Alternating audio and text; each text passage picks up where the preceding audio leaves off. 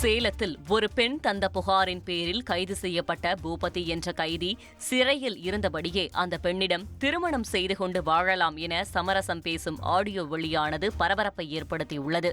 குட்கா கடத்தல், பாலியல் வன்கொடுமை உள்ளிட்ட பல குற்றங்களில் கைது செய்யப்பட்டுள்ள பூபதி பல பெண்களை ஏமாற்றியதாக கூறப்படுகிறது. தற்போது வெளியான ஆடியோ மூலம் சேலம் மத்திய சிறையில் கைதிகள் செல்போன் உள்ளிட்ட வசதிகளை பயன்படுத்தும் நிலை உள்ளதாகவும் குற்றச்சாட்டுகள் எழுந்துள்ளன. எங்கேயுமே போலங்கிறீங்களா? நான் சொல்லட்டுமா, எந்த விஷயம் எந்த ஒரு விஷயத்துக்கும் இது கிடையாது சொல்லாட்டி. சரியா?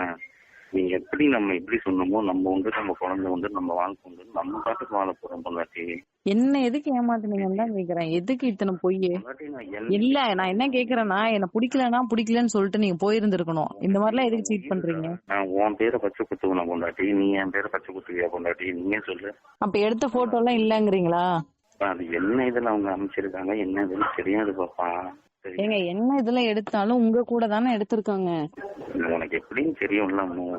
தேனி மாவட்டம் சுருளி அருவியில் நீர்வரத்து சீரானதால் சுற்றுலா பயணிகள் குளிப்பதற்கு வனத்துறையினர் அனுமதி வழங்கியுள்ளனர். தேனி மாவட்டம் கம்பம் அருகே மேற்கு தொடர்ச்சி மலைப்பகுதியில் கனமழை பெய்ததால் சுருளி அருவியில் நீர்வரத்து அதிகரித்து காணப்பட்டது. இதன் காரணமாக அருவியில் குளிப்பதற்கு வனத்துறையினர் கடந்த 2 நாட்களாக தடை விதித்திருந்தனர். இந்நிலையில் நீர்வரத்து சீரானதால் அருவியில் குளிக்க அனுமதி வழங்கப்பட்டுள்ளது. இதனால் ஏராளமான சுற்றுலா பயணிகள் உற்சாகத்துடன் அருவியில் குளித்து செல்கின்றனர்.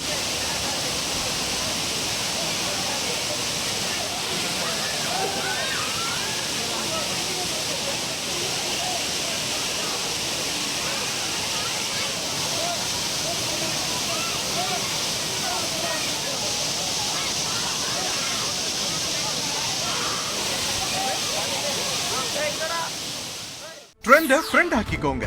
2.5 கோடிக்கும் அதிகமான தந்தி டிவியின் சப்ஸ்கிரைபர்ஸ் அண்ட் ஃபாலோவர்ஸ் குடும்பத்துல நீங்களும் இணையுங்க.